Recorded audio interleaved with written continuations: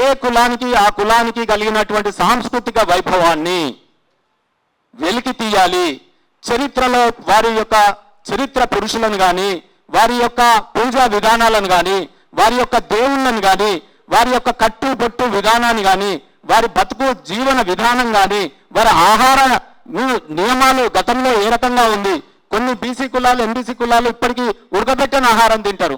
వారిని ఏ రకంగా నాగరికమైనటువంటి ప్రపంచంలోకి తీసుకురావాలి, ఈ రకమైనటువంటి చరిత్రను వెలికితీసే సాంస్కృతిక వైభవాలను వెలికిపుచ్చేటటువంటి ఒక రీసెర్చ్ సెంటర్గా ఆత్మగౌరవ భవనాలు ఉండాలనేది నా యొక్క కోరిక, నా యొక్క డిమాండ్.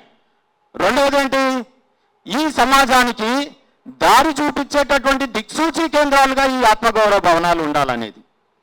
మూడవది ఏంటి, నేటి యుగానికి అనుగుణంగా ఆ కులంలో పుట్టినటువంటి యువకులు, చదువుకున్న యువకులు వృత్తి నైపుణ్యం కావచ్చు, మోడర్నైజేషన్ ఆఫ్ ది అంటే వారికి ఉన్నటువంటి ఆల్రెడీ ఉన్నటువంటి వృత్తులని మోడర్నైజేషన్ చేయడానికి వివిధ దేశాల్లో ఉన్న టెక్నాలజీని తీసుకొచ్చి దాని మీద టెక్నాలజీని వీరికి నేర్పించే ఒక నైపుణ్య శిక్షణ కేంద్రాలుగా ఉండాలనేది నా యొక్క డిమాండ్. నాకు ఒక ఐదో డిమాండ్ ఏంటంటే, సుదూర గ్రామాల నుంచి ఒక సంచార జాతుల బిడ్డనో, ఒక బీసీ కులాల బిడ్డనో, సమాజంలో అనేక కులదూషణలు ఎదుర్కొని అట్రాసిటీస్ ఎదుర్కొన్నటువంటి ఈ స్వాతంత్ర ఫలాలను అందిపుచ్చుకున్నటువంటి జాతుల పిల్లలు ఎవరైనా నేను చదువుతాను అని హైదరాబాద్కు వస్తే వాడు చదువుకునేటటువంటిది కాదు, చదువుకునేటటువంటి ఒక కేంద్రంగా ఇది మారాలి, బాసిల్లాలి, ఒక హాస్టల్స్ లాగా రూపొందాలి, ఆ రకమైనటువంటి భవనాలు రావాలని. ఇంకొక కోరిక ఏంటంటే, ఎక్కడో సుదీర్ఘ ప్రాంతంలో భవనాలకి రెంట్లు కట్టి మీటింగ్లు పెట్టుకోవడం కాకుండా ఒక చక్కటి మీటింగ్ హాల్ ఒకటి ఉండాలి అని చెప్పి, ఈ రకంగా ఉండాలి ఈ కేంద్రాలు అని చెప్పి మేము భావించినాం. రియల్లీ ఆనాడున్నటువంటి బీసీ మంత్రికి ఏ పార్టీలైనా కావచ్చు, జోగు రామన్న గారు అయితేనేమి, ఈటల రాజేందర్ గారు అయితేనేమి, నేనైతేనేమి, ఆనాడున్న అధికారులు అయితేనేమి, మేము భావించినటువంటిది ఇది. కానీ ఈరోజు వారికి కొంతమందిని పిలిచి చందాలు వసూలు చేయడం ఏంటండి? చందాలు వసూలు ఆల్రెడీ స్పెషల్ డెవలప్మెంట్ ఫండ్ కింద జీవో నెంబర్ 20 అనుకుంటుంది 2018 సబ్జెక్ట్ టు కరెక్షన్. సో నాకు గుర్తుంది ఆ రోజు వాటిల్లో నేను నిమగ్నమై ఉన్నాను కాబట్టి. సో ఆ రకమైనటువంటి స్పెషల్ డెవలప్మెంట్ ఫండ్ ఇచ్చినాక ఆ డబ్బులతోని గవర్నమెంటే వీటిని కస్టడీ అంతా తీసుకొని, నా యొక్క డిమాండ్ ఏంటంటే, ఈ ఆత్మగౌరవ భవనాలు కేటాయించిన స్థలాలన్నీ కూడా ప్రభుత్వాన్ని మళ్ళీ కస్టోడియన్గా మారి, ఇది ఎగ్జాక్ట్లీ ఇదే జీవో, ఏ కులానికి ఎంత డబ్బులు, ఏ కులానికి ఎన్ని ఎకరాలు జీవోలు ఉన్నాయండి, వీటన్నిటినీ తుంగలో తొక్కి రోజు మళ్ళీ ఈ ప్రభుత్వం కూడా దాన్ని ఏదో ఆయన చేసిన తప్పులన్నీ సరిదిద్దుతాను వచ్చింది ఈ ప్రభుత్వమైనా వినాలి కదా, ఒక మీటింగ్ పెట్టాలి కదా కుల సంఘాలతో. వెంటనే ఇటువంటి సంఘాలందరినీ పిలిచి మీటింగ్ పెడితే వీరి దగ్గర ఎన్ని కాయిదాలు ఉన్నాయి చూడండి.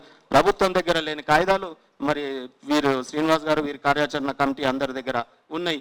వీటిని పిలిపించి ఒక మీటింగ్ పెడితే తప్పకుండా రేపు ఈ ఆత్మగౌరవ భవనాల యొక్క స్థలాలని గవర్నమెంటే మళ్ళీ కస్టోడియన్గా ఉండి స్పెషల్ డెవలప్మెంట్ ఫండ్ కింద ఆ రోజు కేటాయింపబడిన, నీకు చేత కాకపోతే సిఎస్ఆర్ నిధులు తీసుకురండి. ఇవన్నీ కూడా వెనుకబడిన జాతుల యొక్క కుల సంఘ భవనాలే కదా. మరి కార్పొరేట్ సోషల్ రెస్పాన్సిబిలిటీ కింద తీసుకోండి. ఇలా ఒక కార్పొరేట్కు దిగ్గజానికి కిరాయిలకు ఇచ్చేయడం, ఆయన ఏమైనా కార్పొరేట్ సోషల్ రెస్పాన్సిబిలిటీ ఏదైనా కులానికి చేసిండా అండి? ఇప్పటివరకు ఏమైనా విద్యకాం చేసిండా, ఏదైనా భవనానికి చేసిండా?